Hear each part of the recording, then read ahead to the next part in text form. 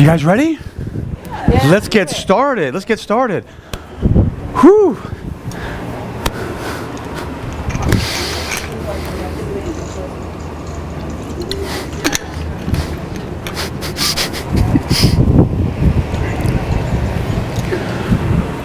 Before we start, how's everybody doing? Awesome. Awesome. You guys remembered a little something. Lizette, how are you? Haven't seen you in a while. Good to see you. Great. Okay, tonight is going to be a very, very, very what night? Awesome. Awesome. Why? We're awesome. Here. How about because we say it's going to be? Okay. Is it possible that if we declare our state ahead of time, that maybe it comes true? Do marketers do this? Do they tell you this movie's going to be awesome? Look, there's shooting, there's pretty girls, there's cute dudes, there's fast cars. The movie is awesome. And then when you go to see it, sometimes it's not so awesome, but it still feels a little awesome for a while, right? You guys with me? We have the ability at any moment in time to control our state, to control your state, right? You guys with me? And the biggest decision which we have to make collectively and individually is today awesome, or is it just an average day? Is it just a normal day? One of my big mentors, Jim Rohn. Who's heard of Jim Rohn?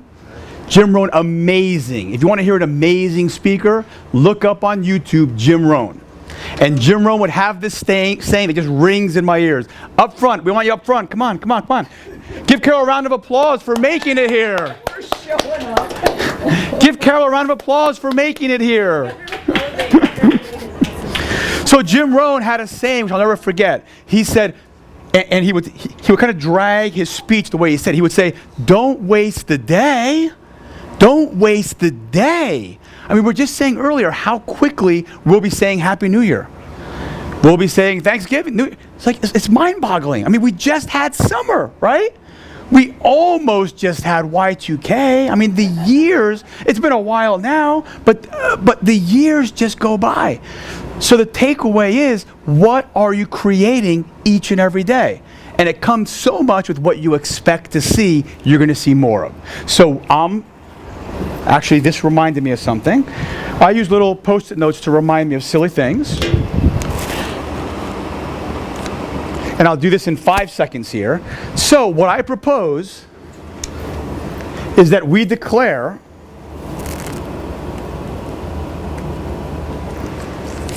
that we declare that today, this evening's going to be awesome, and that the rest of the week is going to be awesome.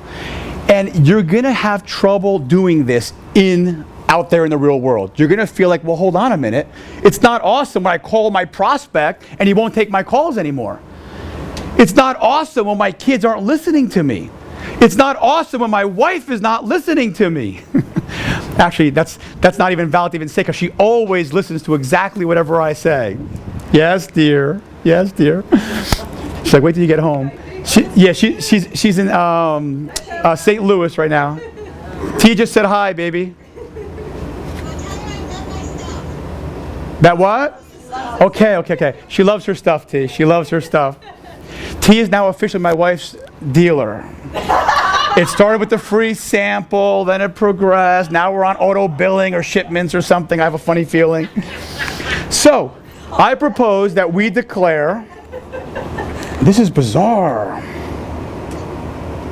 that even when things go wrong, I'll give you an example of something going wrong besides the clicker not working. I'll give you another example. Last night, I'm about to leave the office. I hit PowerPoint. Let me just see what the actual presentation looks like. I hit slide presentation, PowerPoint crashes. I reload, crashes again. Reload, crashes. Okay, shut down computer, restart, PowerPoint, crashes. Over and over, I start changing things. What can I do? So long story made short, I think it's got to be Google presentation now. So I try to take the file and throw it in Google Docs presentation. File corrupt, some kind of problem with the file. So today it became reproducing all the slides to the best of my ability and as quickly as possible.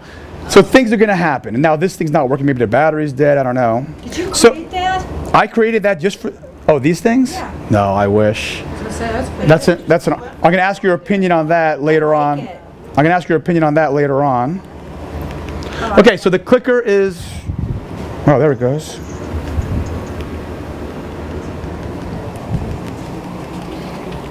The clicker's awesome. By the way, it's not advancing here either. Isn't that interesting? I saw a teacher of mine, Steve Collins, chiropractor Steve Collins. The guy's total rock star, fantastic, amazing speaker, kind of sports style chiropractor. And I saw him give a presentation, and the PowerPoint locked up just like this. And he did not know what to say and not know what to do.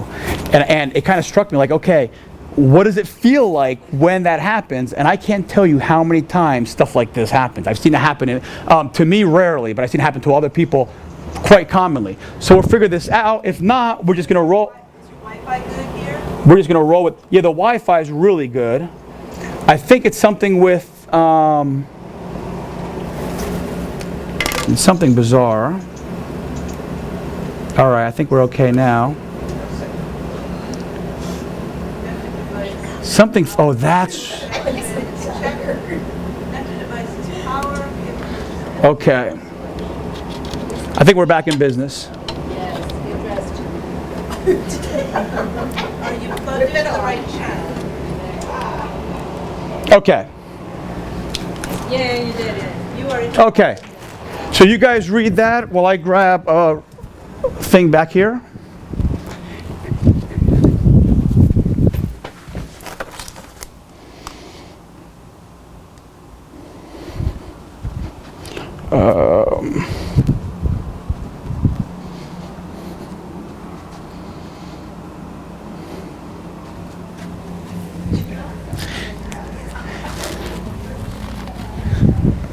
Okay, so the question is, anybody seen how the TV show How I Met Your Mother?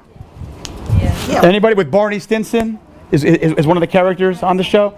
Anyway, on this TV show, he has a saying. He says, awesomeness, when I get sad, I stop being sad and be awesome again, or I choose to be awesome again. And it's almost worse to live like, because we can at any moment of our day, any moment of night, say, hey, you know what? I'm starting over again. I'm starting today over again. It's a choice that we make. And how do we do it? By controlling our state, by controlling what we focus on and what we see. So moving forward from here, with that in mind, who's awesome? You're awesome. Let's have everybody stand up. Find two people who you would rarely speak to normally, or who you don't know as well, rather. And I want you to say, who's awesome? You're awesome. So do that right now.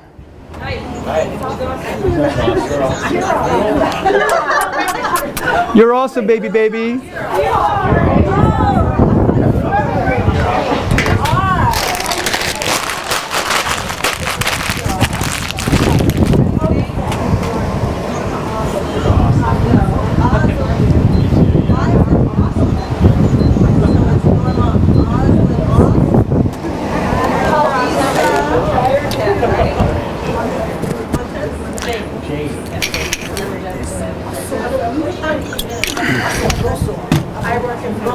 You're going?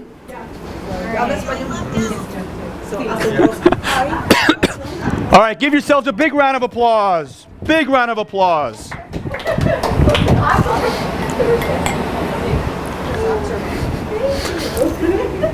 Okay, so moving forward, I want to tell you about an experiment which has been conducted well over 100 times. Variations of this experiment have been conducted thousands of times over the last 80 years. It's one of the key flagstone experiments which behavioral scientists as well as neuroscientists perform quite frequently. And I'll tell you why in a second. The experiment takes place like this.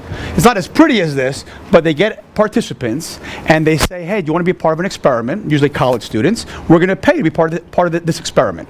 Okay. They say, sure, we're in. In fact, when I was, I forget, 18 or 20 years old, I did some taste testing experiments like this. You taste certain substances and you run through, you get $20, everybody's happy. Focus groups, basically, exactly, for that.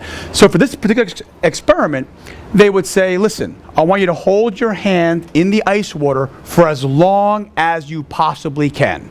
as long as you possibly can. When you can't take it anymore, take your hand out. Okay? And they varied the experiment over the years where it might say you get paid more money the longer you keep your hand in. Regardless, the experiment is hold your hand in ice water for as long as possible, which, by the way, elicits pain. It's a pain response. You can't tell the difference between hot or cold on your back. You just feel pain. If something's very, very hot, I don't, you guys do this back in high school science, I think it was, or maybe college. Something hot and cold on your back where you can't see it, or if you're blindfolded, you can't tell. It's just you feel pain. It's a pain response. And doing this experiment, they found something very, very, very interesting. What they found is you can actually plot the results, right? You could take number of people, and you could see time in seconds, how long they keep their hand in. Okay? And when they plotted the data, they found something super interesting. They found that the curve basically starts up here, then it begins to drop down, and it kind of stays put for a while. That's where you might have your averages and your means and your modes, the more common people. Then it kind of crashes down. And then right when almost everybody's out, it kind of lingers on, and then drops down. Okay? So here's a question. Is there a correlation between your ability to hold your hand in ice water and be more successful in your next diet? Before you answer, your next diet.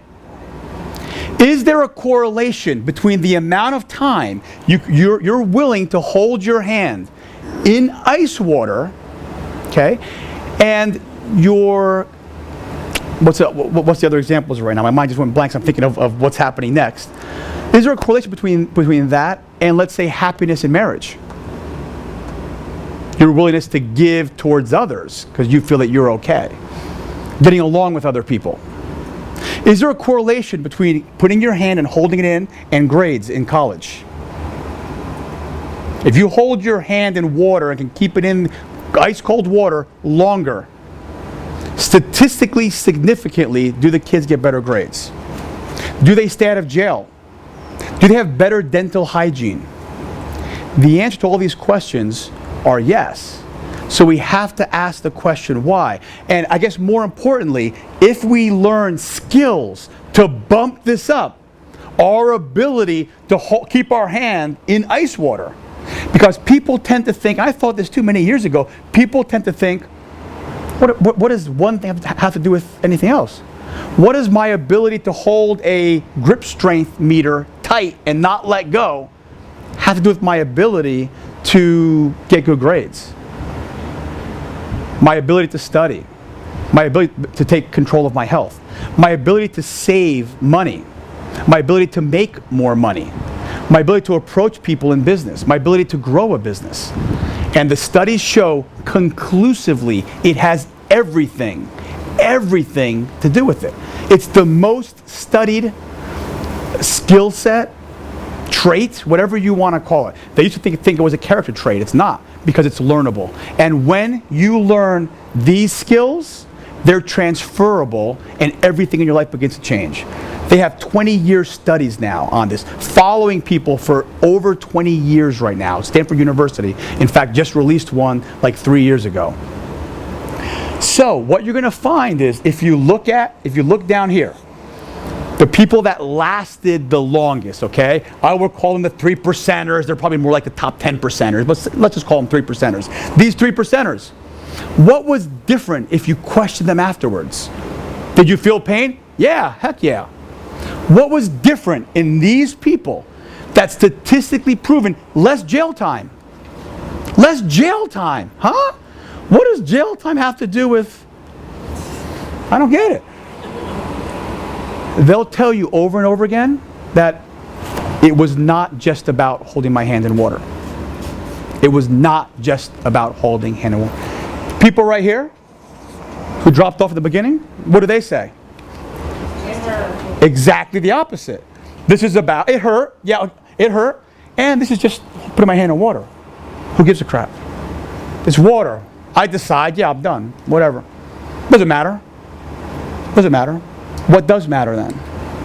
Doesn't matter. We have somebody in this group, we possibly have somebody in this group who I don't have permission to talk about, but there's somebody in this group, okay? And I just have to share the story, even if it's inappropriate, even if I'm not supposed to, even if whatever. They may or may not be here. This person has a tremendous fear of dentists. Okay? In fact, she didn't even want to go to the dentist. Every time this guy went to the dentist, he was like, you know, I don't want to be here. I could be somewhere else. I don't want to do it.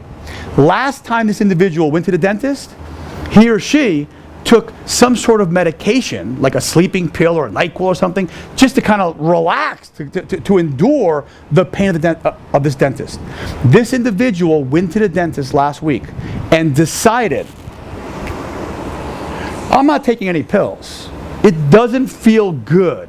I'm not into it. I don't feel like it. However, I'm just not going to take the pills. It could mean nothing, or it could mean everything. In her mind, she chose on that day for it to mean everything. Everything. I promise you that that's how change occurs. Whatever you want out of life, stepping into your freaking greatness, that's it. That is it. When little things matter, the big things begin to take care of themselves. And I'm not making light of the big crap that happens or stuff will go wrong. But when you know that the little stuff either means nothing or it means everything. When it means everything, down here, everything begins to change for you. Statistically, everything begins to change for you. So that's exactly what we're going to discuss tonight. That's exactly what the book is about. How to raise our commitment level to stop giving up on ourselves. To stop giving up on ourselves. To where when we say, I'm doing this, that it's real. And it's not just you saying it, I'm doing this. It's not just you. You got the full freaking force, the powerhouse of your subconscious mind. Okay? Driving the ship, moving forward with you. That's what you get when you fully, truly, 100% commit. Sometimes you commit like you've never committed before. And the beauty, which we'll discuss while I'm not here, we'll discuss internet-wise, we'll discuss virtually, so to speak, is we're going to go over the exact science behind willpower. Because once you learn this, everything begins to unfold for you. So let's get started on today's topic. Tommy, Yeah. what has stopped me in the past Yes. has been the how. Okay, so there's I know the what and I know the why. Okay, but then I get bogged down in the how. Carol? Because there's so much conflicting information out there. Yes. And I was taught that if you focus 90% of your energy on the what and the why, Yes. that the how basically takes care of itself and plans will emerge and things like that. But really easy to, I mean, this is what I've learned, but that's where I've gotten stuck. Okay. You know, it's like I got this whole great skill set, as you know, Yeah. right? And I was like, all right, I'm down. I'm Sure. doing it, right? Sure. And I lasted about a week. Yeah. And then I was like, and then I got all confused, you know, Okay. And so I'd like you to address that. Can I be crystal clear on something, even if it's a little bit outside of your belief system right now? Yeah. Okay? It is 1000% forget how. Forget how, and I promise you, when you're committed to the outcome, when the outcome has to happen no matter what, when there's no other way, I'm not living like this anymore. This is not me. I'm done. I don't give a crap.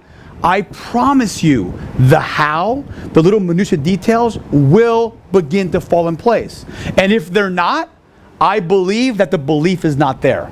I believe that that's a procrastination. I believe that that's an easy way to say, look at this. This guy said this, and then this wolf character said this, who I love, by the way, David. But this guy says this, she says that, this doctor says this. What the heck do I do? That's a manifestation of not being 100% committed to the outcome. So that's a scapegoat. It's or an excuse. Yes, T? I was going to say that if someone could use a couple of examples. One example T, let me give you this because I want to hear your voice. Good. I want to hear everybody's voice here. All right. I would say that there's an excuse factory involved in that. And one example is if you have a child, and presumably you love your child, you're going to feed that child no matter what. Just no matter what. There's no ifs, ands, or buts. I'm going to feed my child. Now, you might get creative and do it this way, do it that way, rely on this person for help, that person for help, so this kind of job, but not that. All the house could be a million things, but you know you're going to feed your child. So, whether we're committed to do what we need to do for self-care or to do other things in the world, certain kind of success strategies, I really think that commitment level's got to be there. Like, even if you don't have a leader, it's great to have leaders, it's great to have books, it's great, but even if you don't have a leader, when you can say, I'm going to do this, even if there's nobody to lead me to do this. I made a decision when I was 40 that I didn't want to live the next 40 years with the same bad habit that I had in my first 40. And it just was infused in every part of, not just my mind, my spirit, my self-concept, the way I breathe. I refused to live the next 40 years with that same bad habit as the first 40. And once you tell so that's commitment. There's a track. There's a track that you run. Yeah. And then if you find yourself doing it, like, wait a minute. Yeah. I am so not doing this. Yeah. You course correct. You correct yourself. Give her a round of applause for sharing. A round of applause. The people will show up. The day after, I could find the email right now. The very day after I committed to this group, and some of you were here on writing my book. The day after, I walked in, opened my email, and was flabbergasted, walked out to Leticia and said, look. And there's an email from, who's now my book coach, from Tim Castleman. And he said, hey, do you want to get your book done?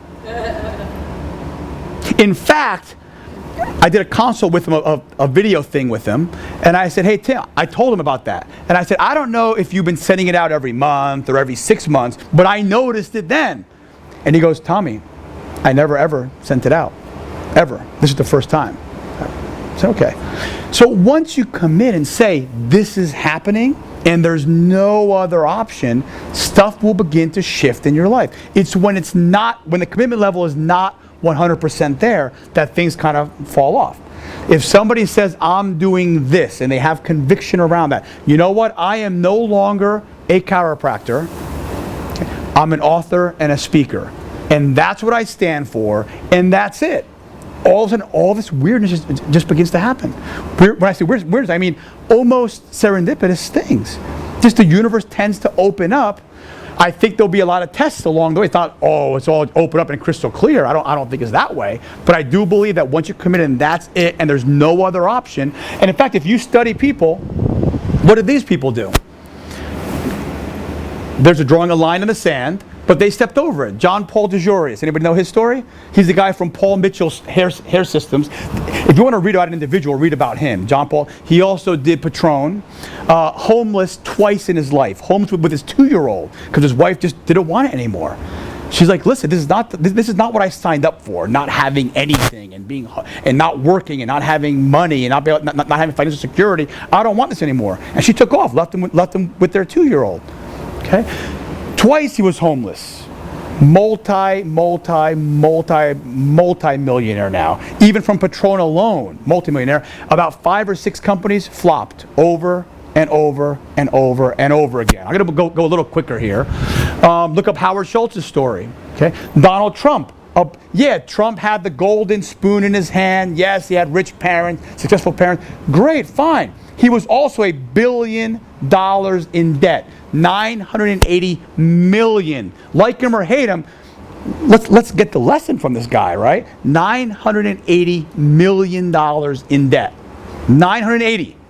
How many of us, present party included, would have said, I'm done. I'm done. Give me a BK. I'm done. Done. He didn't.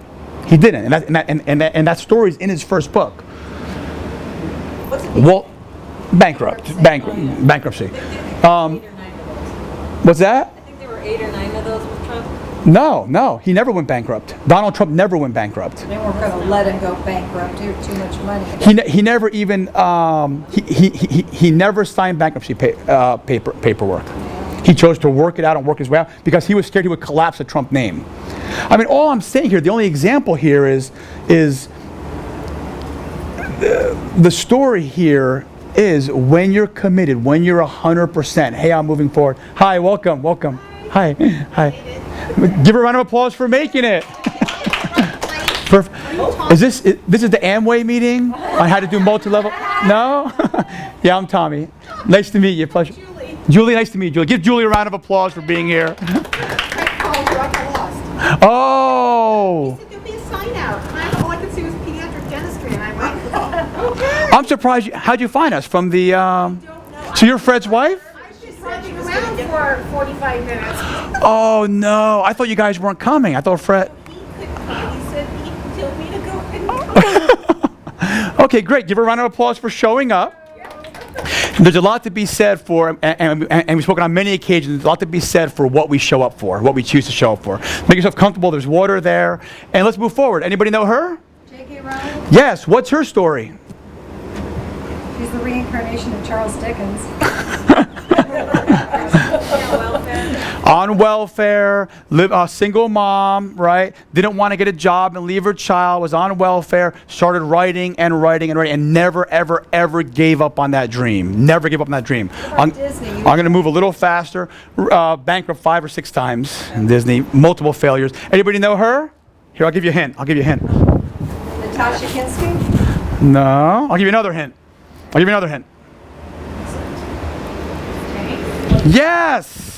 Yes, Sarah Blankley, right?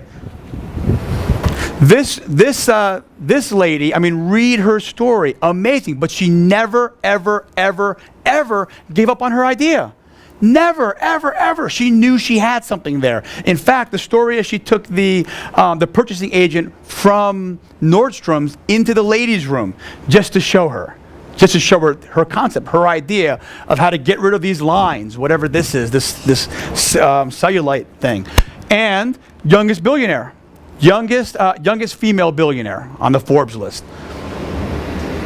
So these are examples of what happens when we're truly 100% committed. What kills our dreams? I know. I heard this. The 4 or 5 concepts I'm going to roll into right now. It's very, very common to have our mind say, oh yeah, I got this. The question is, are we living it? Do we live it every single day? So the first step to get what you want is, number 1, is to know what you want. To know what you want. To get crystal clear on what the heck it is you want. Crystal clear on it.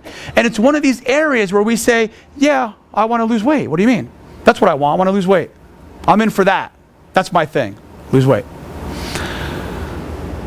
Most people in life never get what they truly want because they never spend the time, focus time, and determining exactly what it is they want.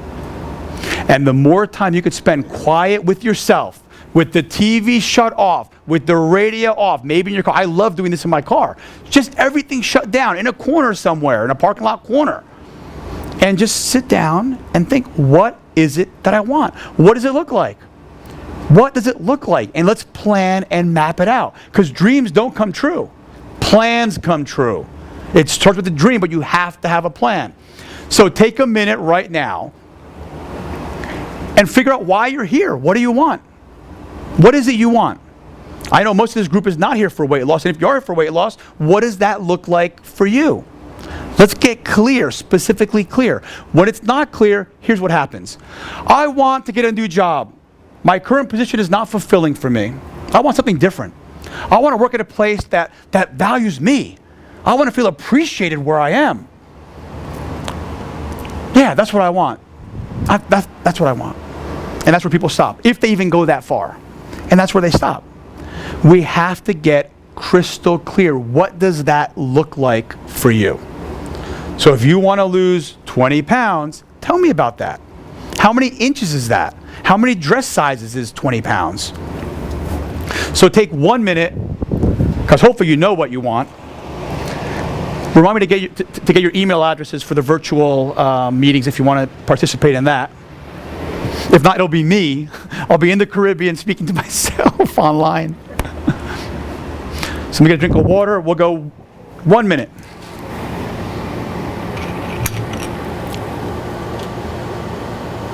Like, what do you want with weight loss? What do you want in a relationship? You want No, one thing. just one thing. One thing.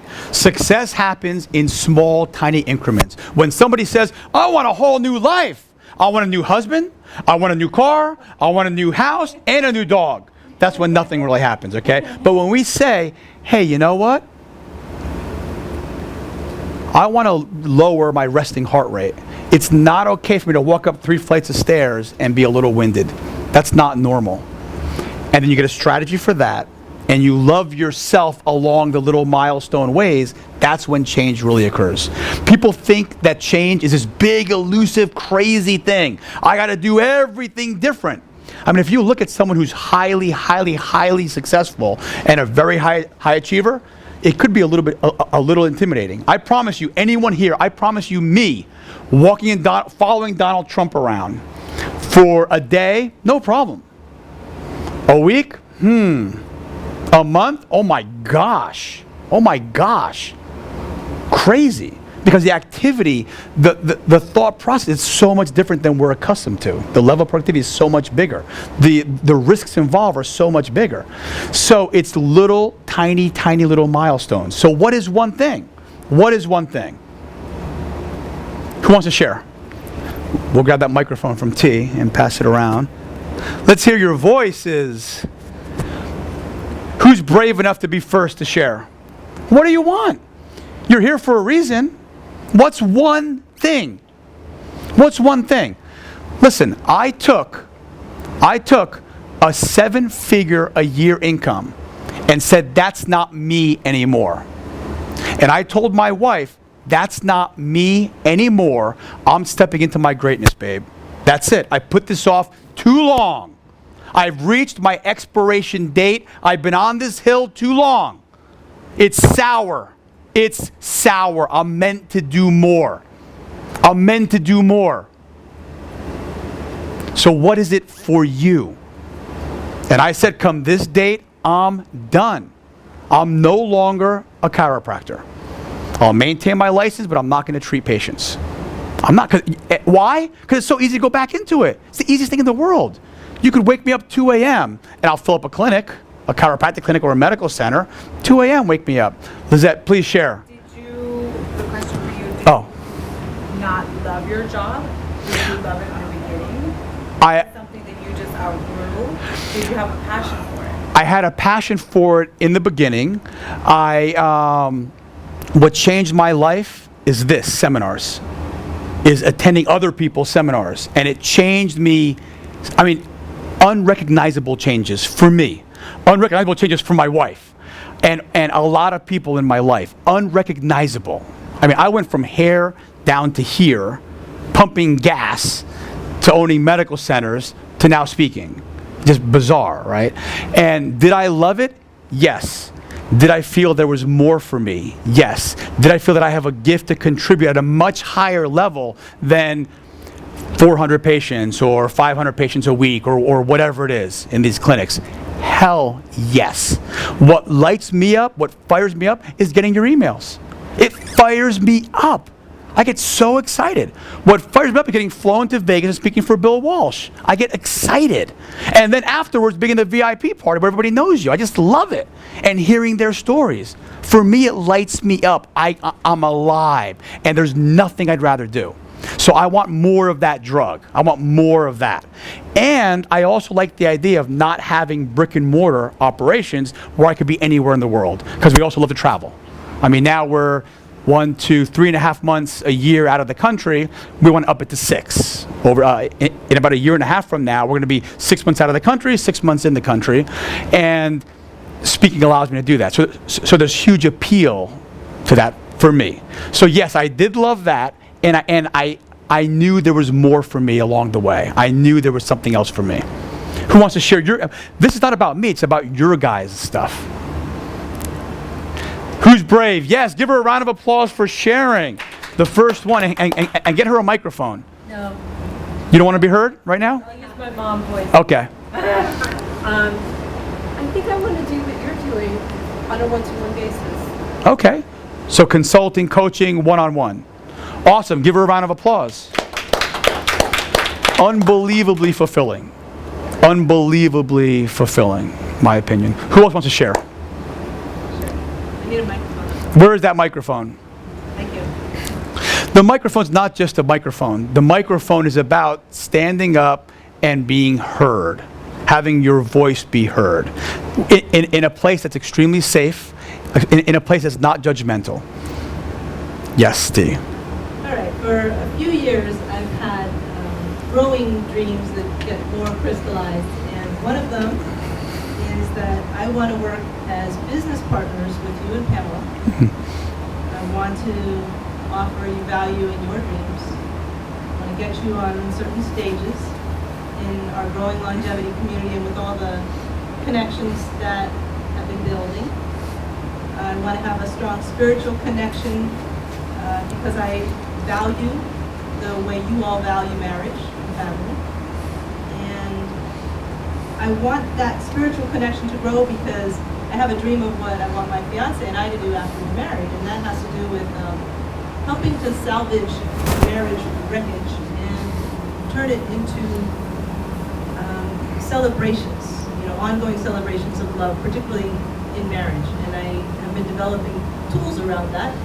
So it's an end. So while in marriage. Yes. Okay. Yeah. So there's a lot of things that I'm doing now. There's this very multifaceted, and I love it. But I already know part of what I want my end game to be. Sure. A certain kind of satisfaction of what I'm doing now, but there's a whole other kind of satisfaction. Sure. I look forward to. Yeah. Round of applause. Round of applause.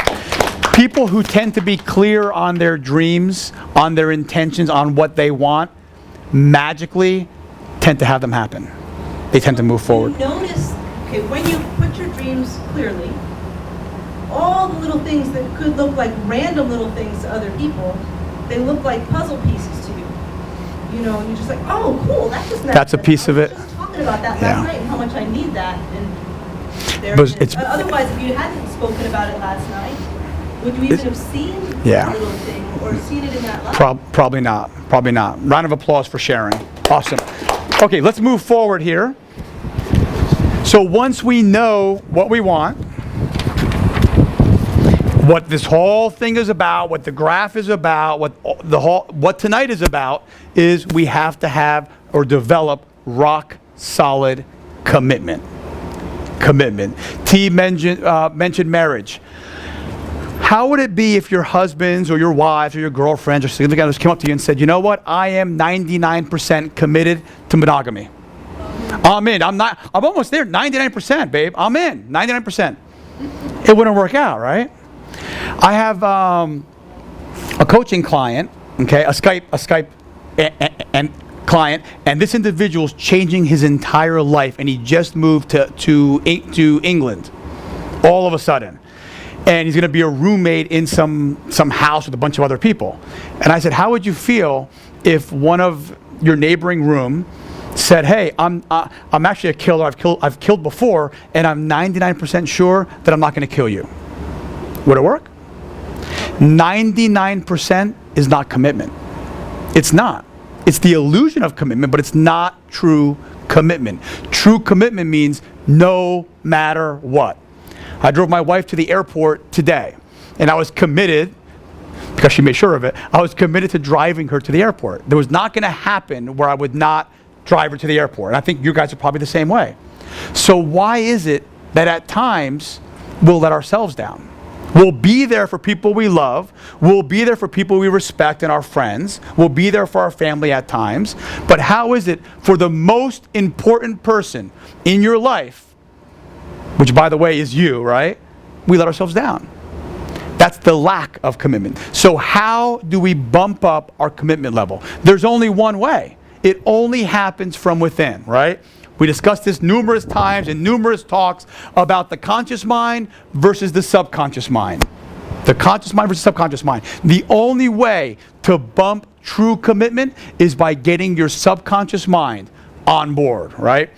Anybody hear of these two books? Switch. This is one of the best books out there on change, on behavioral change. Switch, one of the best books, one of my favorite books anyway. These two guys took an idea, concept that first came out in this book, and the concept is the elephant and the rider. How do I get the rider and an elephant? Okay.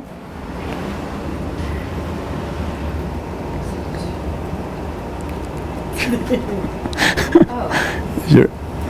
I did that. Thank you, Jen. Focus. Got it. Okay, she was committed to getting that. So the elephant, so these two books describe the analogy of our subconscious mind versus our unconscious mind as an elephant with a rider. The elephant being the subconscious mind, right? The subconscious mind. The rider being our conscious mind. And yes, you can pull on those reins, you can flap the ears or whatever you got to do to motivate the elephant to move a certain way. But you know what? After a little while, the elephant's going to do whatever it wants. Whatever it wants. So that's the battle that we have. And what we have to do, I thought it would come up automatically. I'm not familiar with this PowerPoint, by the way. Is we need to nurture our subconscious mind. We need to nurture ourselves. We need to be kind to ourselves on our journey. If we beat ourselves up, it's not productive. It doesn't get you where you want to go. It stops everything. It stops everything. And once you start playing nice with your subconscious mind, once you start loving, truly loving yourself, where you are right now, respecting and loving where you are right now, knowing you're committed to your growth, knowing you're committed to getting to your next level, what happens? Your subconscious mind gets overjoyed. I had to, guys, sorry for that. I had to. Okay. Okay, so moving forward, whatever your vision is, whatever your dream is, whatever your goal is, you have to have your why crystal clear. If you want your subconscious mind involved, which you should, okay, which we said numerous times, 96%, up to 96% of what we do on a daily basis, 91 to 96% is our subconscious mind. We do what we tend to do yesterday. We think the thoughts we tend to think the other day. We have our cravings for drama or whatever we have cravings for, whether it be happiness, whether it be drama, whether it be love and connection. These are habitual patterns which run over and over and over again. For you to get what it is that you want, you have to know why you want it. You have to know why. If you want to lose 30 pounds, 50 pounds, 100 pounds, you have to know why. This is not just, oh, I want to be healthy. Okay. Okay. It has to hit the subconscious mind. It has to be a visceral response. That's the only way you're going to stick to it when you don't feel like it. That's the only way you're going to keep on going, keep on moving forward where you can't even see the outcome. There's going to be times when you're moving forward towards your dream, towards your goal, where you will tend to give up on yourself. And what will snap you to it is the subconscious mind by having that emotional, neurological connection. That's what will change it. So how do we get that? We have to understand why. If you want to lose 20 pounds, why? If you want a whole new career, why? If you want fulfillment, why? Why? Why? Hey, Dan, welcome. If, whatever it is you want, you have to understand why, the why behind it. So in other words, why would you want to lose the 20 pounds? What's an example? For some people, I know it's about getting a mate. For getting a mate, awesome. And then that goes even deeper. Why do you want the mate? Right? For me, I wanted to not be embarrassed of my body. I felt embarrassed of my body. I felt embarrassed walking around. I felt embarrassed meeting people. I felt a disconnect between being a chiropractor, owning clinics, and having a big belly. was like, oh my gosh, I almost wanted to rush up and talk to people as fast as possible just to kind of build rapport, build connection with them so they wouldn't judge me right off the bat. I wanted them to kind of just not see my body. I got sick and tired of not being proud of my body. I don't think it's normal, in my opinion. For me, it was not normal not to be proud of my body. Period. It was not normal to want the lights off. It was not normal to try to find a shirt to wear in the ocean. For me. I'm not saying it's that way for everybody. So what is the why for you? What if there's more than one why? Oh, you got to list them all. Well, okay, so you have, more the better. Oh my gosh, yeah. you have a whole list, because I've got a whole list about why I want to be slender and healthy, right? So then what? So you got a list. You have that list, and it has to be in the forefront of your memory all the time. That's what's going to keep you connected to why you don't want that. And more importantly, why you want where you're heading. So you have pain and you have pleasure.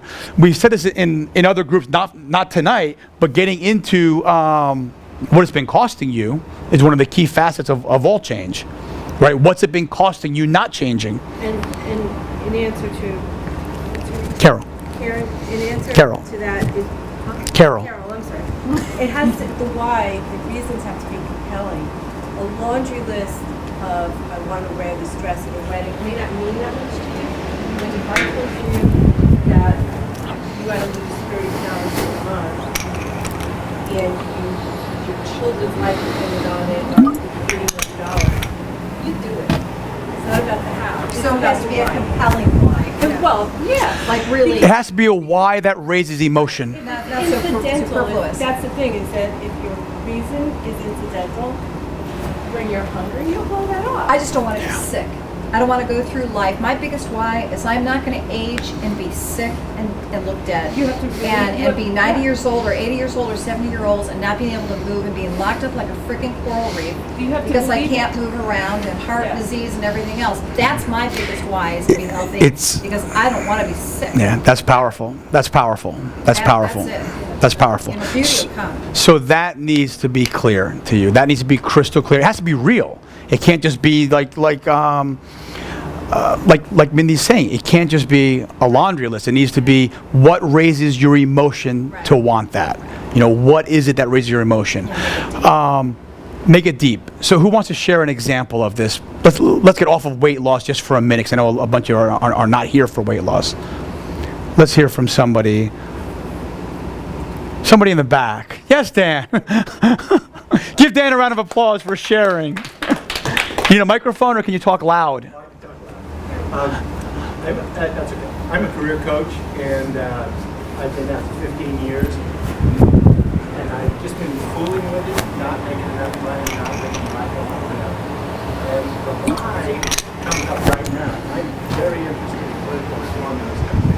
And In what? In what? political reform. Okay. We got to fix Congress. Yeah. And I'm so committed to that I've set a deadline. I'm going to take all my career stuff and put it online and make my money online starting in about January, February, so I can devote myself full time to politics. The minute I made that resolution, the world started changing.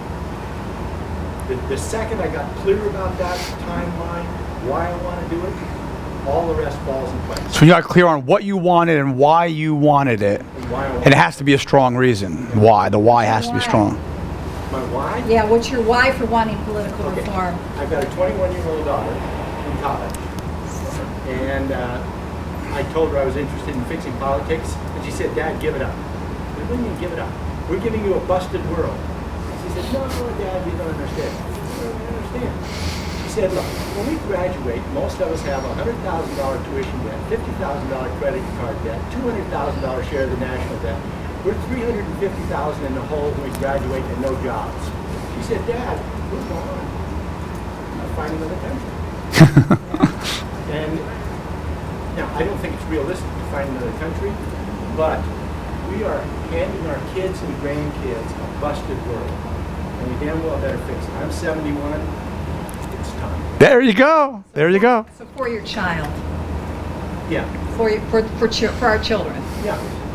That's pretty strong motivation. It's a very strong motivation. And what Minnie said before, if you had to do it, if you had to achieve that, or people die. If somebody held a gun to your head and said, listen, you'll never see your loved ones again, period, if you don't lose 20 pounds in 20 days. Would you do it? An arm if you had to. What's that? If you had to, you'd amputate an arm. Yeah. You know. 20 pounds right, You would do right it. there. Well, you would find a way. So the question is, well, why aren't you already? Why have you found that way already? And it goes back to the commitment. And the way to raise the commitment is by getting clear on why do you want this thing? What's the driving force? What's the passion behind it? Why do you want that? Why do you want this lifestyle? Why do you want a lifestyle of helping people's marriages? Why? What does it mean to you? Or what does it mean to them in this case? I mean, what does it mean? What's the reason why? What's the feeling you want in accomplishing that? So moving forward, remember, this is about getting our subconscious mind on board, right? The next one, we've heard this a million times. Sacrifice, right? What are you willing to sacrifice for that dream, for that goal, for that intention, for what it is that you say that you want? You say you want this thing, and that's it. You're going to have it no matter what. What are you willing to pay for it or give for it? And sacrifice tends to have a negative connotation. It shouldn't. It shouldn't. It's giving something for something more valuable, right? It's giving of something for something not less valuable, for more value. For more value. So if you truly value having the energy level of a person 30 pounds lighter, if you truly value having the health of someone 20 pounds lighter, I mean, the numbers are just numbers. But if you truly value that, if you truly value being healthy, then what are you willing to give up for it? To gain that. It has to be on that prize, on what you're gaining, not on what you're giving up. Forget that. What are you gaining? That's why you're doing it. That's why are you splitting your meals? Why are you not having dessert except for 1 day a week or 2 days a week? Why? You know, why? For the greater thing, right? So the sacrifice is always to get more. So sit down and write down. Listen, this is one of these things where it's so easy to say, oh yeah, I know, yeah, you got to sacrifice something to get something. Okay, big deal. The big difference for me, and I was actually thinking about this a few hours ago today, right? When I first started going to seminars, then when I hit chiropractic school in 96, 7, 8, 9, 95, chiropractic school, I knew the road for me was to learn skills that I had to learn. Okay, so I started as an officer in 3 of the clubs in the chiropractic school. So we had like a business club, we had different clubs in there. Then I started one on my own, and I was putting time in there. Then I said, hey, you know what? I want to hear from the experts. Who are the key people in the industry? So I started attending postgraduate seminars as a student. All right, you guys with me? And the beauty is they had them at my college. So if these doctors were paying $3,000, $4,000 to attend, I could go for like $500. So I started attending these seminars. And then I realized, hey, I have no money. I had big student loan debt. I mean, back then I was, 120 grand in debt or whatever it was. So I said, oh, this kind of stinks, paying $500 and then paying for school. It's kind of a big deal, especially when you had very little money coming in, right? So I went to the continuing education department at the school, and I said, listen, I've been attending your continuing education events, okay? And I noticed something very, very, very interesting. The doctors can have, the attendees of the events, these doctors who come in, they're paying all this money, they can have a much, much, much, much better experience. How? How? We can do this, this, and this, and here's the good news, I'm willing to do it for free. I'll be volunteer. Well, what do you want? Nothing. I just want to attend the event, of course, but I don't need anything. Once things get settled, everybody's checked in, whatever, I'll just sit down in the back of the thing. When the breaks come, I'll pop up again, just like that. Okay, you're in. It was not even 30 days didn't go by where they called me back to the office and said, hey, listen, Tommy, we can't have you. There's some human resource problems. We just can't have you for free. We got to put you on the payroll. I said, okay, all right, I'm in. So I was all super excited going to the, and I was attending 3 seminars a month was my average. So 3 weekends a month I was in these seminars. And one of the big shifts that I noticed when I was in those chairs volunteering for these events, I was meeting people, trying to figure out who are the players, who's the guys doing very, very, very well, who did I think was doing well. I was listening to the questions, I was listening to the instructors, and if I liked the instructor, I'd approach them to become their ambassador and try to drive students to come to their real events in San Francisco, other areas, which I did do. But the big shift that I noticed in myself is that when I was volunteer in those places, when I was volunteer at those events, it was very different than 3 years later when I was paying the $3,000 to go to the events. And one of the biggest differences ever was the exercises.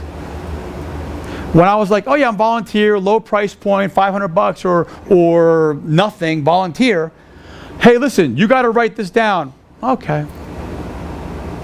Maybe tomorrow I'll get to it. I'll set a reminder for that.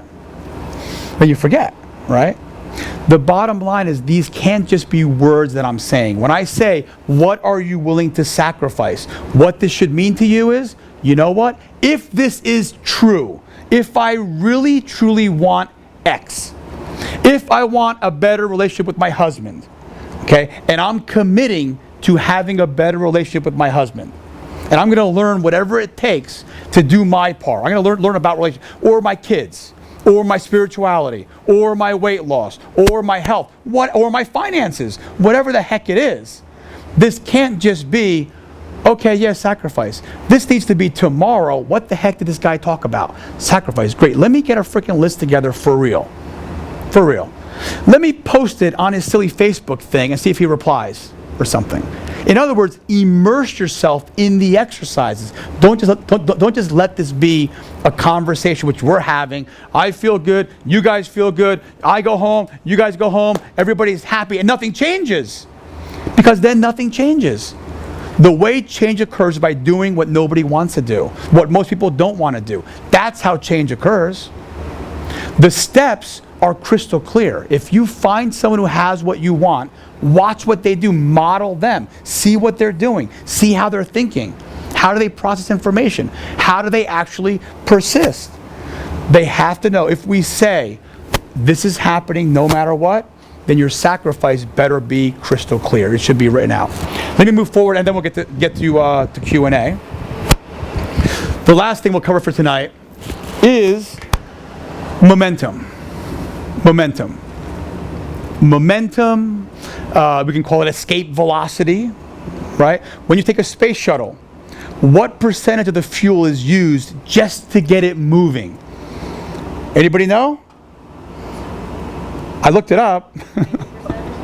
It's something like that. I don't know exactly. There's so much varying information. I'm like, why am I wasting time trying to figure out the spaceship? I wanted to know the weight of the fuel. I said, this is ridiculous. All the fuel is used just to exit the atmosphere. Then the spaceship could be out there for 6 months and use nothing. Nothing. Basically nothing. Because it has the momentum.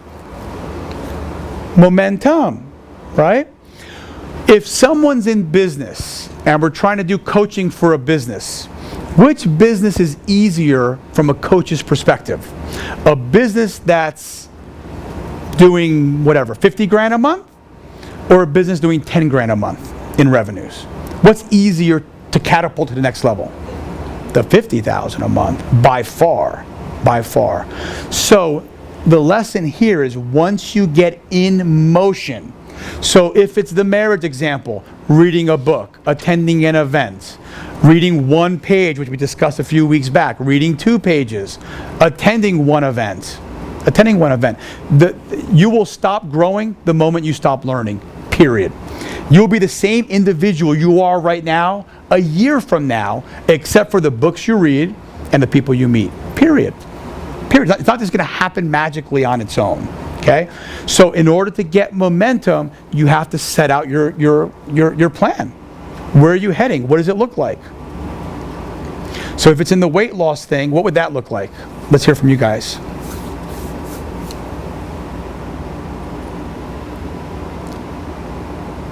If you're someone who does not work out, very low level of fitness, and you want to start working out, and you haven't started yet, what would a good first step be? Daily movies. What is it? Start moving around, right? We have a personal trainer right here. We're fortunate. Start moving around. So what does that look like? The typical individual who's not highly successful in this area, it looks like this. I got to join the gym, and I got to get a trainer. I got to do it. I need sneakers. I need a gym bag. I got to get there. You know what? They probably have real good deals for New Year's as New Year's resolution. They probably have good deals then. Oh, you don't have good deals because it is New Year's and everyone's here now trying to join? I'll wait till they have good deals then, and I'll wait. That's the typical. That's typical. The successful-minded individual says, hey, I'm working out tomorrow. My sneakers are by the door. My little whatever I wear is right there by my sneakers, and it's happening, and that's it. Why? Because you have the why. Because you have the why. Because you have the why. So let's go Q&A, and then I'll close. So I do want to leave some time for Q&A here. I have a question. Yes? Can you grab a microphone? My question is, how many people in this room had a visceral response when Tommy said the thing around, like, hearing all this information and then not doing anything with it? I don't know. I might not be wording it right to elicit from people, if you know what I'm talking about. But about 4 or 5 minutes ago in your talk, there was a time when you were saying,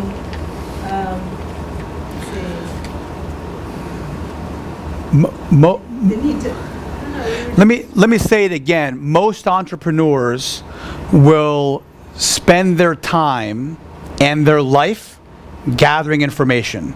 And there's a reason why they do it. Okay? It's very common in the health field as well. They'll gather information because when they gather information or when they buy a little program or something, their mind's going to squirt a little bit of dopamine. I'm doing something. I'm doing something. It's the illusion of doing something. In reality, what is doing something is actually doing something. It's actually doing something. Like, okay, so I think you were talking about tomorrow. Yeah. You hear what he's saying, and then tomorrow,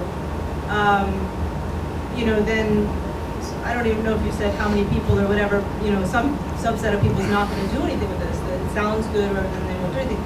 And when you said that, I know for me, like, I actually felt kind of nauseous. I have a visceral response with the idea of not doing what I program myself to do. Yeah.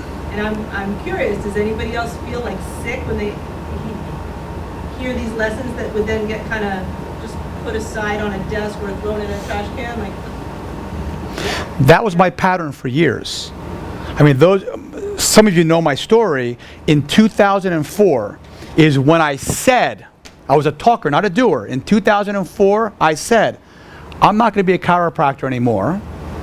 I'm going to be a speaker. In 2004, I got certified as an NLP coach in 2004. 2003, I was NLP, neuro-linguistic programming. It's a method of coaching and consulting on inner game. So in 2003 and 2004, I did, over a year of practitioner, master practitioner, certified coach. Then I got certified in their Wealthy Mind programs. In 2005, I did 6 months to become a guerrilla marketing certified coach as well. Because I thought I needed credentials or what. I don't even mention them ever. I rarely mention them. However, it took until a year and a half ago, maybe 2 years ago now, to be serious and say that's it. The question is why? Why did it take me that long? And for me, what it took is letting go. It took letting go to grab the trapeze. For me, it was my businesses. For me. Because it was so easy for me to jump back in. Yeah. Well, what about the fact that, you had spent years, building your businesses and Yeah. all that you learned and all that you knew and all your contacts, your database, everything. I mean, I've been in my business since 1991. I've been in my industry for 23 years. And I'm having one hell of a time letting go of it to move on. I don't know how you did it. Either I was a talker or I was a doer. And I chose to stop talking about what I'm going to do someday, what I'm going to do someday. In fact, even the very beginning with my wife, I was a talker when we first got married. I was a super talker guy back then. What year was it? 90, I forget, was it 91? She's not here, which is great. I can just say, I forget the years. I think it's 23 years in January. And I was a big talker back then. Babe, it's going to be awesome. Our life's going to be amazing, be great. Yet I was driving crashed up cars. I was driving rusted cars. My cars were towed more than I drove it, for sure. It was horrible. My pockets were empty. It was ridiculous. And it took me to realize, hey, you know what? I'm talking. How do I go from a talker to a doer? How do I make that step, you know? Yes, Dan? One of the things I discovered was the second you have an impulse to act, do it. Like when you said, I'm going to exercise starting tomorrow, the best thing you can do is immediately act on it. Right now, I'm going to walk around the block. It doesn't matter how big the action is, it matters this split second you have the impulse, you do something. I wish you had a microphone for that, because what he's saying is key. When you commit to something, not just, he's saying when you have a thought, which is great. For the purpose of this, when you make a commitment, you have to demonstrate it by taking action immediately. Immediately. And that's it. It has to be immediate. That's one of the most, and then, so we're not saying the person who said, let me be clear, for those who don't know me so well, I'm not saying the person who says, hey, I'm going to work out tomorrow, that means that they're working out every single day. What I am saying is they need to map it out and have, I hate to even use the word realistic. However, they need to set their goals, set their timeline, set up what they're going to do. And once they do that, acknowledge that they did it. Acknowledge that they actually did it. If they held their hand in water and that was it, they want to beat a time, acknowledge it. Because it's not just water. It's not water. I got excited today, I mean, I hate to even say this, for doing a very low number of pull-ups. And I'm thinking, oh my God, I said to some guy who's kind of watching, he kind of saying, this guy, pathetic, but he was watching, and I kind of thinking, you know what, and I told him when I was a kid, pull-ups were kind of nothing, right? I mean, even in 93, pull-ups were nothing for me. But now something happened over the last 20 years where pull-ups like a big deal. In fact, one time I was doing pull-ups and this one trainer, Brandy, walked up. And she goes, hey, how long can you hang on the bar? I said, well, forever. She goes, really? I said, yeah, I'm pretty sure forever. She goes, okay, well, let me ask you this. How long can you hang on the bar and let go of one hand? I said, well, not forever, but with one hand, probably for a while. She's like, let me see. Try it, by the way. I won't even tell you what happened, but but I let go a high-pitched scream at one point. So anyway, so what's that? That was me, yeah. It was real loud. Ah! But it's true. So the key is short, little, tiny, little, seemingly insignificant steps. Because they seem insignificant. Holding the hand in water seems like nothing. Not taking medication to go to a dentist seems like nothing. You tell your friends, hey, I did 6 pull-ups today. What are they going to say? Okay, whatever. Tell your friends you did a 5K. What are they going to say? Oh, that's cool. Okay. Don't wait for your friends to be proud of you. You have to be proud of you. You have to acknowledge those small, tiny wins. You have to. Because that's exactly what success looks like. It's little, seemingly insignificant decisions over and over and over again. Do I eat this or do I eat this? And if I don't eat this, do I acknowledge myself for not eating that? Or am I like, okay, yeah, I didn't eat, okay, whatever. No, I'm a freaking rock star because I didn't have that thing. Period. It's true. It's true. And don't tell your friends because they don't care. They don't care. With love, I mean, we love them, but it's about you. It's not about them. It's about you. And if your friends see you fail secretly, they might be like, great, okay, good. I'm not the only one who fails all the time. Awesome. That's when we begin to question our circle of influence, who we associate with, who we hang out with. But the most important person which you much love hanging out with is yourself. It's yourself. You have to love hanging out with yourself. And the way you love yourself is the little tiny things. Little baby little things. Hey, I made the talk tonight. Badass. That you're here tonight says a lot about you. It's so amazing. It says so much about you. It's almost next level. It's so easy not to come here, isn't it? It's so easy. It's like this. Oh, you know what? Yeah, this guy. He'll probably do it next week. It's cool. Next week. Okay. Next time. Okay. Yeah, I'll catch you. Oh, internet thing. Oh, that's even better. I'll call the office and get on that list. No problem. It's so easy. So you guys have to. Tomorrow, for the next 3 days, I'm giving up my life to be at the Transformation Leadership Council, some conference, basically, because I'm also getting to my next level. I signed up for some other thing in January, so I'm constantly updating my knowledge as well, because I can't get to where I need to be without knowing who I need to be. So I'm learning and developing myself the same way you guys create yourself. Oh, good. We have time for 2 more questions. I thought I was about to close there in a second. Well, this Mindy, yes. isn't really a question. It's kind of like an epiphany, but Can we get a microphone on you? Which would be a big epiphany for me. Okay. I can't hear you, so. Oh, okay. I'm sorry. Well, for me, and you said something about people gathering a lot of. Is this on? Yeah. You said something about. The trick is to just set it on your chin if you want. Like if anybody hands you a mic in public, just sit it on your chin. Okay. You said something about people gathering a lot of information, but I didn't know if that was positive or negative, because I was thinking of people I know, and I've heard the terms like analysis paralysis, where, you know, I'm just not going to buy that car until I know everything there is to know about cars, or just, you know, and that's just procrastination. And in my case, I kind of realized A fear of a mistake, right? Yeah, like it's got, and I've sort of been doing that, like not ready to make that next step until I'm perfect at it. Yeah. You know, and I think that. Has anyone ever been perfect? Was it ever the perfect time to have a child? To bring a new life into this world? Has it ever been the perfect, now we're ready, okay, good? It doesn't come. Right. You make the decision first. And listen, if I'm in a car and I'm stopped, or if I'm standing and I'm stopped, I can't course correct. I can't get anywhere.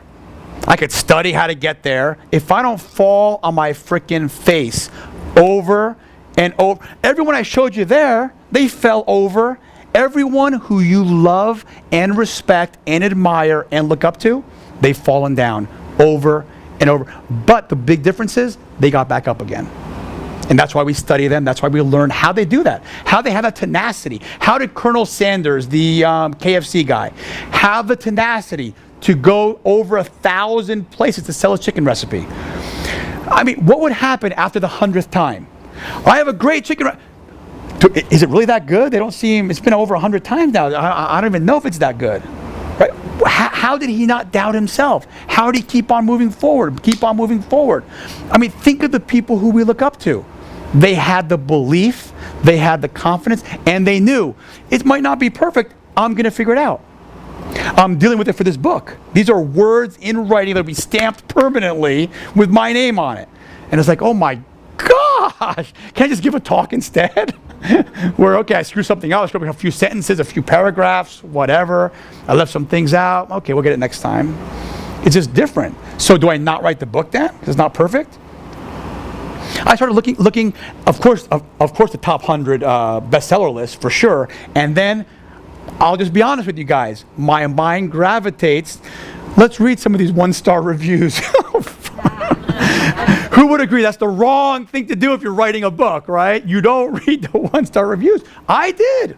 And I'm like, oh my gosh, why am I reading this? Somebody wants to sound intelligent, let's slam somebody else? Okay. Great. If your life is great, that's great for you, okay. You know? So I would say, and I would suggest for everybody here, start. And we have linked in our neurology, that failure is bad. It's bad. We look foolish. People laugh at us.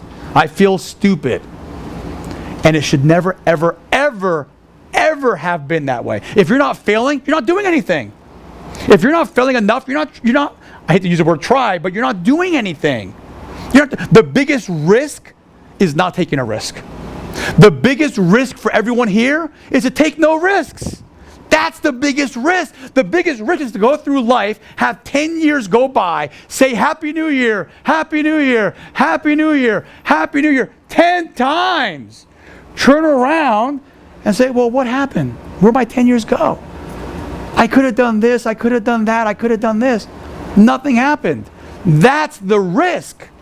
And the only way to break that pattern is to do something different. To say, hey, you know what? My next slide shows a swimming pool with somebody's toe sticking in it. I see this pool. There's people swimming and splashing, having a great time in this pool. But I touch it, and it's kind of chilly. Oh my gosh, feels cold. I don't know. Then they look out.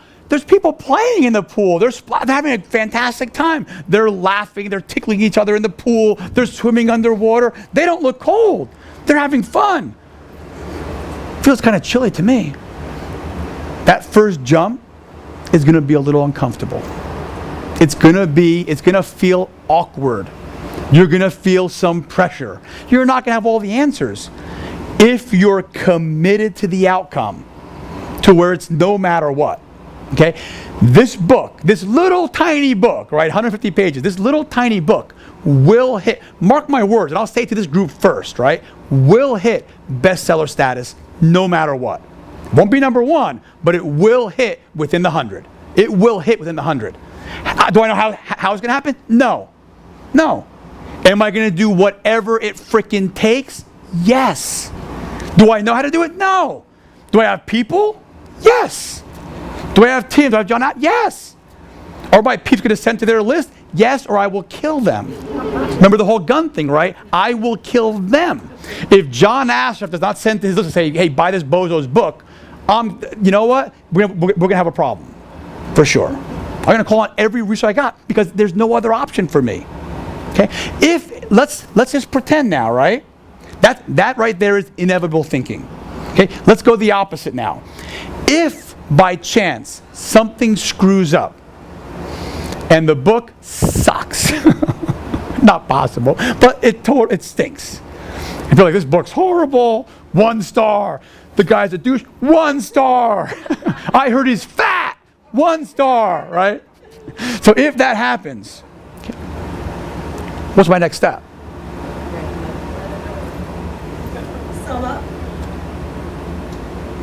I would sum up. That would be my next step. I would sum up. I would sum up all the lessons, the loss of strengths, how I publicized it, or was it the content, the form? What was it? And I would ask other people that I trusted, what their summation of the whole endeavor was too, both the content and form. Mm-hmm. Where did you see it? Did you see before I set my foot out? Did you see a potential something that would hang it up? Did you not tell me? I promise you there'll be a second edition real quick, really fast. But I'm just saying, is that a failure? I mean, honestly, if that book, it's not going to flop. I already, there's no way it can flop. If it flops, is that a failure? No, as long as you define it as... I walked up, my first anal sphincter public speaking, well, not professional, it wasn't professional, but big league public speaking. I've told the story to a couple people in this room for sure, was in San Francisco, a $5,000 event. I was an attendee. Jeff Slater knew I aspired to be a speaker. He knew it was my thing. No more Cairo, it's going to be speaker guy, right? And he tells me, hey, Tommy, can you grab, it was after lunch, can you grab the mic, get everyone's attention, have them settle down, quiet down, then bring me up. Like, okay, fine. And I'll just fast forward. I walked up, I grabbed the mic, and I bombed. Oh, horrible. I bombed. It was horrible. I looked like just a regular guy. I was in my head. I was very self-conscious. I had no idea.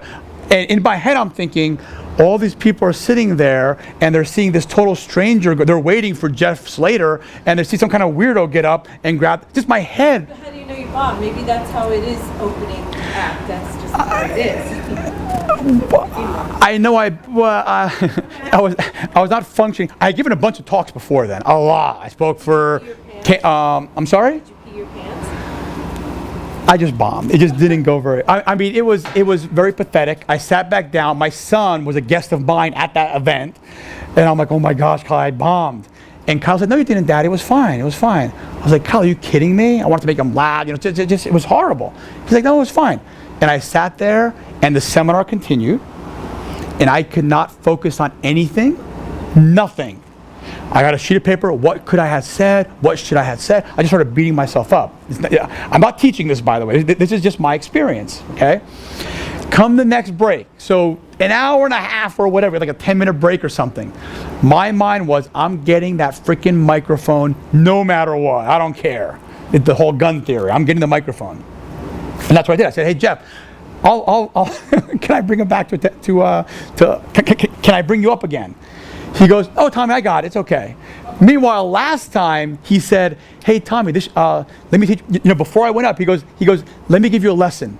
When you have a group like this, you should always have somebody else have them settle down. This way, you're not walking around trying to settle people down. It takes away from your authority, and they won't get your message very well. You have to have authority on the stage. If not, the message will be heard differently. It'll be just, it's just different, okay? I said, okay, so he framed it that way before I went up there. So now I'm the bozo trying to get everybody to settle down, right? Hey, you guys, listen up. Hey, you two, hey, look, we're about to start. We're going to get started. It's kind of like that. So, long story made short, he goes, Tommy, I got it, no problem, I got it. I said, Jeff, let me do this. He's okay. I grabbed the mic and I rocked for sure. Then, come the next break, he kind of looks over. Tommy, you want to get it? Yeah. No. Boom. By the way, I was prepared for the next time. I didn't want to ask him for it because that's kind of weird. But I was ready for it. That little thing, right? Watch this. That little thing turned into me becoming their MC for 2 years until they moved to Australia. For 2 years. That little thing got me dinner with them, got me hanging out with them, inside club with them. That little silly thing, that little tiny little thing got me to go to Bill Walsh's Rainmaker, okay? Help them speak. I wasn't speaking. Got to meet Bill Walsh. Got to go to the VIP party at some 5,000 square foot hotel room, super party thing. Got to meet Bill Walsh and then speak for him a month later. And then speak for him, which opened up everything. You speak for Bill Walsh. And it started by failing and getting back up. Failing and getting back up. And I think anyone who has whatever you guys want, any guy, any girl who has it, has fallen, and they had the courage to get back up again. And they knew, hey, I don't think so, but if I fall, I'm getting back up.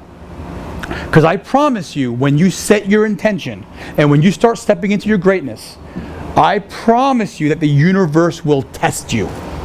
The universe will test you. Weird stuff will happen. Your car will break down on the way to a coaching client, let's say. Your silly internet stuff won't work with a client. And now you're like, oh my gosh, how's that seem for me? And you'll be in your head. The question is, what do you do then? And it's so easy to say, well, I would do this thing. But when it's you, it's a whole nother ball game. Okay? So I'll leave you with that. I do want to say a couple very important things. Number one, do you guys have the dates of the virtual stuff? No. Okay, I'm going to send, whoever puts their email address on here, super neat. I'm going to have Leticia send you an email tomorrow. So it's got to be very neat for her. And she'll say, this is a test thing, here's the dates. Okay? The dates are, they're going to be virtual, which means I'll send you an invite and you'll log in online. Okay? I'm hoping you have a camera and a microphone, because if you do, I want to do Q&A with you guys. Okay? It's going to be a Google Hangout, will be the platform. I have no idea how to use it, by the way, but I promise you I will know the thing, all right? Also, you'll get to see the Caribbean a little bit. It'll be super nice. I might have some alcohol in me because it's 4 hours ahead over there, just so you know. So I might be a little bit like, hey! If I'm red and extra smiley, you'll know. So put your name, email, and phone number. So if something's wrong, she'll call you and say, hey, we got it bounced back. The dates are going to be, what day of the week's the 20th? The first one will be around the 20th. And there'll be 3 Thursdays in a row. That's a Wednesday. Okay, so it'll be the 21st. The 21st is the first one. I'm going to go 3 weeks in a row. On a Thursday, your time 6 o'clock. My time will be 10 o'clock. To be on Thursday. I could make it any day if you guys all agree. I'm busy that particular, the 21st. Does anybody want to switch the day? Wednesday. Who prefers a Tuesday, Wednesday, or Thursday? Who prefers a Tuesday? For me, it's the same. Okay, we got 3 hands for Tuesday. Who prefers Wednesdays? 1. Who prefers Thursday? 2. It's just that one day. Right, she has an event. Okay, let's keep it. What's going to be 6 o'clock at night? Oh, 28th? Let's make it Wednesday. Does that work? For that week only? I have no idea. I just work here. I have no idea. This is exactly why you don't take votes on dates and stuff. You just say, hey, it's this date. If you could be there, you could be there. If you can't be there, that's cool too. I won't be here. I mean, I'll be able to. Okay, put your name and then we're going to email you and then she'll figure out the dates with you guys. So name, email, and definitely phone number, because if it doesn't work, she's going to call you. But it has to be very, very neat for her. She'll send you an email sometime tomorrow. I'm going to put it on her desk right now. So listen, here's what... Oh, first of all, which one of these book covers you guys like? This one has the large here. This one has small. Okay. This one has yellow. These have blue. The title is Don't Be a TryBaby with Your Weight Loss. The book in April is going to be Don't Be a TryBaby with Your Fitness, just so you know. This bottom, so it says I'm going to try to lose weight, I'm going to try to eat better, whatever. Then down here it says I'll try to read this book, which I think is kind of clever. I thought that was pretty clever. So these are your choices.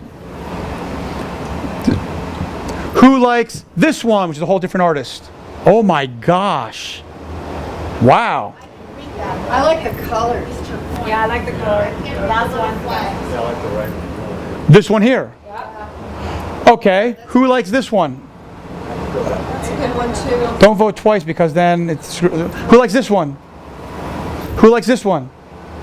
Okay, now it's these two. Who likes this one? If you can only pick one. Okay. Okay, and who likes this one? Wow! Okay, you guys are awesome. So which one? When did you say wow? Because there was a lot. I'm very, very shocked. I'm very shocked that it's this one. It's overwhelmingly. I was gonna go with this one.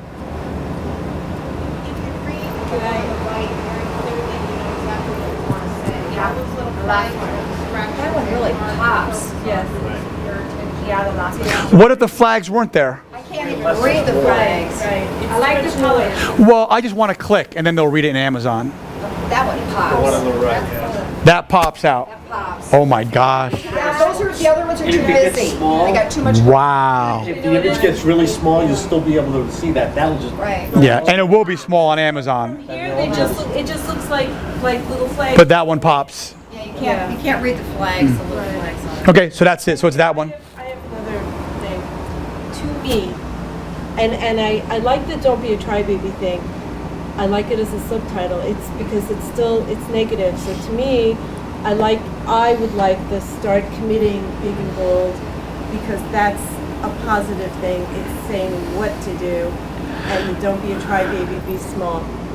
That's Yes. But this is so much. But better. TryBaby is my term that I'm coining. I'm solidifying it. It plays off Don't Be a Crybaby. No, I get it. In NLP, they say don't say don't, by the way. In the whole technology of... Get it. And it's in a painting.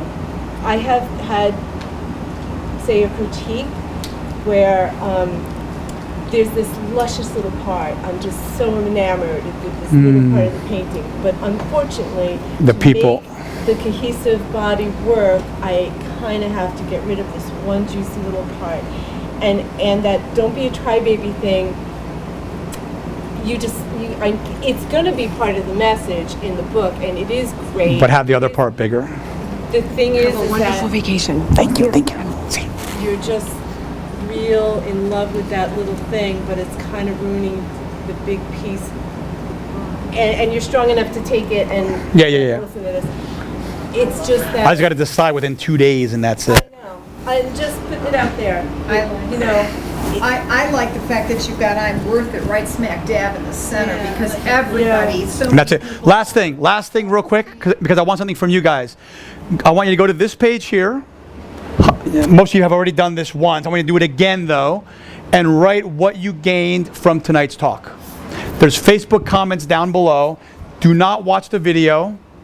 Do not watch the video, whatever you do. Do not watch the video. Do not watch the video. Do not.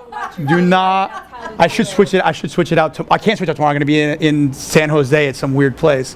Do not watch the video. And that's a toe in the water. So listen, I want you guys to jump into the swimming pool of your lives, to get and begin to develop the next chapter of your life. It's blank, it's empty. When's a better time to reinvent yourself? When's a great time to say, you know what? I'm done. I'm done playing small. I'm done playing the game of life safe right here. You know what? I'm ready to jump in. I just need to know that if I do that, if I really go for it 1,000%, okay, that the house is going to take care of itself, and that as the house shows up, I'm going to know which way to go because there's all this information that comes at you, and being just using your discrimination and what. Or once you make commitment, does it happen like an elevator right to the top? No way. Heck no. Not everybody would do it. If not, 93% of the U.S., this is in America, population need government assistance to retire? In America? They do. They need government assistance, meaning Social Security. That's the problem. That's Say the it. problem in our society today. Is that well, the problem Because is they don't believe they can. is we've created a society where nobody is actually even encouraged to try. They're not empowered to. Because they've been given all the safety nets so that they keep raising the net up, and it's safer to be in the net than it is to move up. And this is the problem. We're discouraging ourselves. Yeah. you just said is, I don't really want to commit unless you promise it won't be all that hard. That's the challenge. I'm not. That's a See, I have a new belief. I have a belief system that life doesn't have to be an effing struggle anymore. It doesn't have to be. Like You all have those things- excuse me about hold on. 1 minute. Okay, for my entire life has all been about struggle. I've spent 3.5 years trying to fight U.S. Bank to keep my house and another piece of property that they foreclosed on illegally. I've been fighting. Now I'm winning. Okay, I'm getting my house. I've got my property right now. I'm winning because I'm extremely committed. And it has so taken me down because I've had this belief system that life is hard and that it has to be a struggle. And I'm not a quick learner and I'm not this and I'm not that.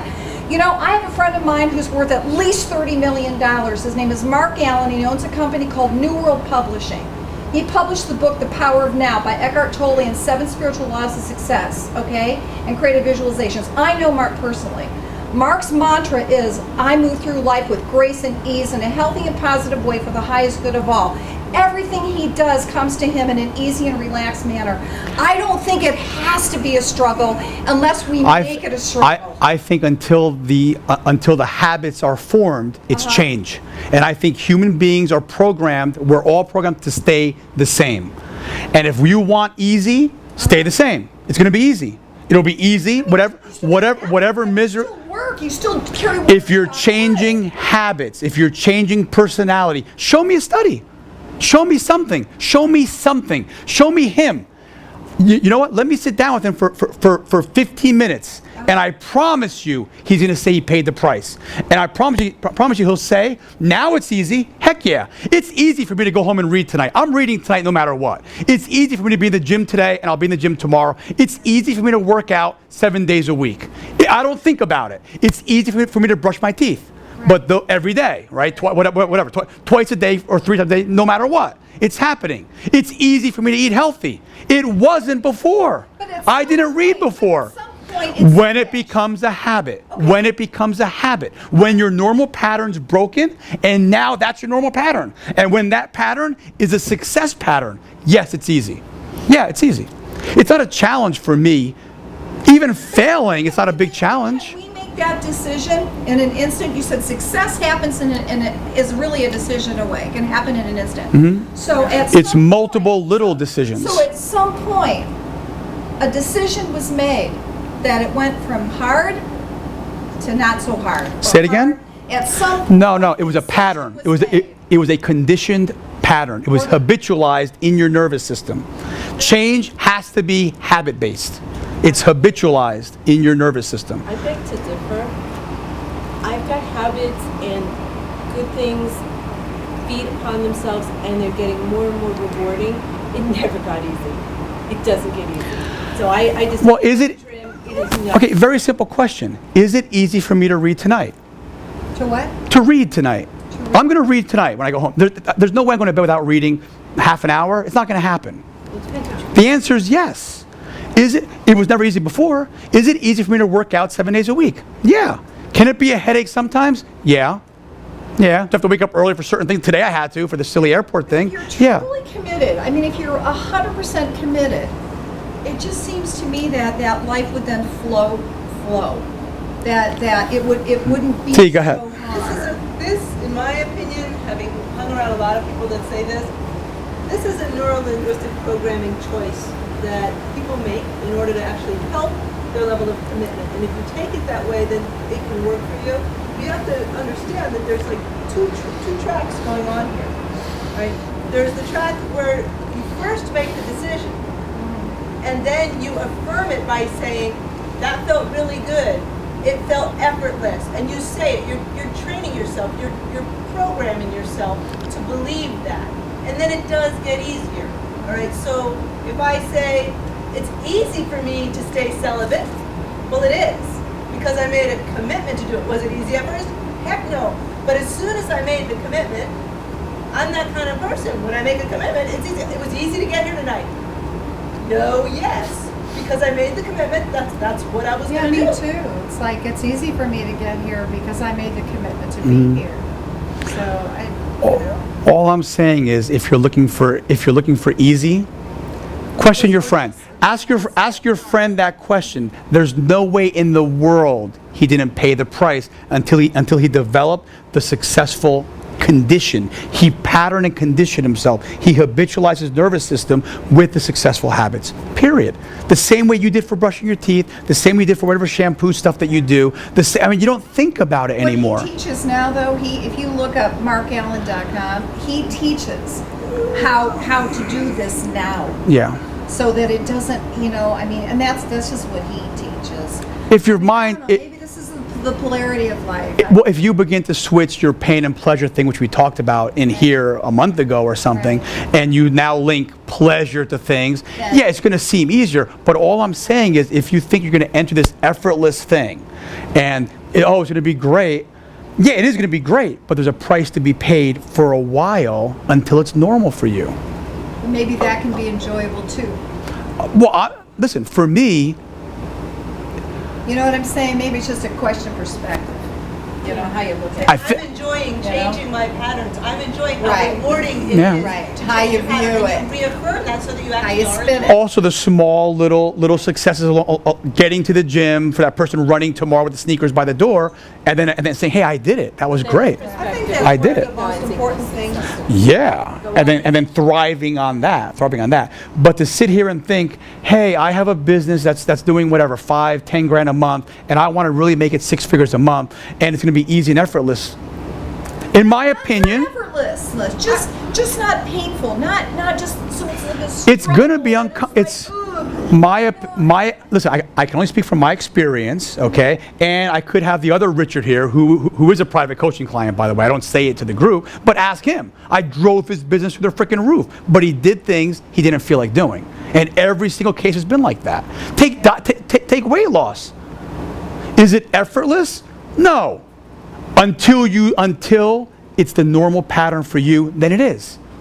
Okay. Is maintaining my weight easy for me? Yeah. Was it easy 2005? Hell no. Hell no. It's a big pain in the ass. Was it easy for me to go out to eat and take half to go and stuff like no. It's a big pain. I would get half of a sandwich or half of anything, Chipotle. I would eat half, bring half back, and I'd wait for 2 hours to eat it. And in 20 minutes, I'd be like, oh my gosh, I gotta eat the freaking thing. And I'd eat it with anger, I'd even eat it. Now, is that easy for me to do? Yes. Yes. How is that? Because I broke the pattern. Now I'm just someone who doesn't eat that way anymore, period.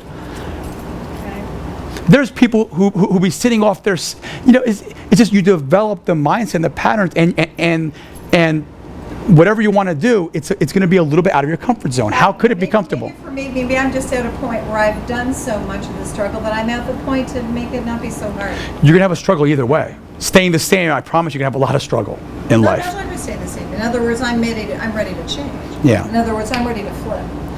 I'm ready to move. But to say, hey, I want to change and I want it to be effortless. Not effortless. Okay, I want it to not be a struggle. Not to be so painful. Not to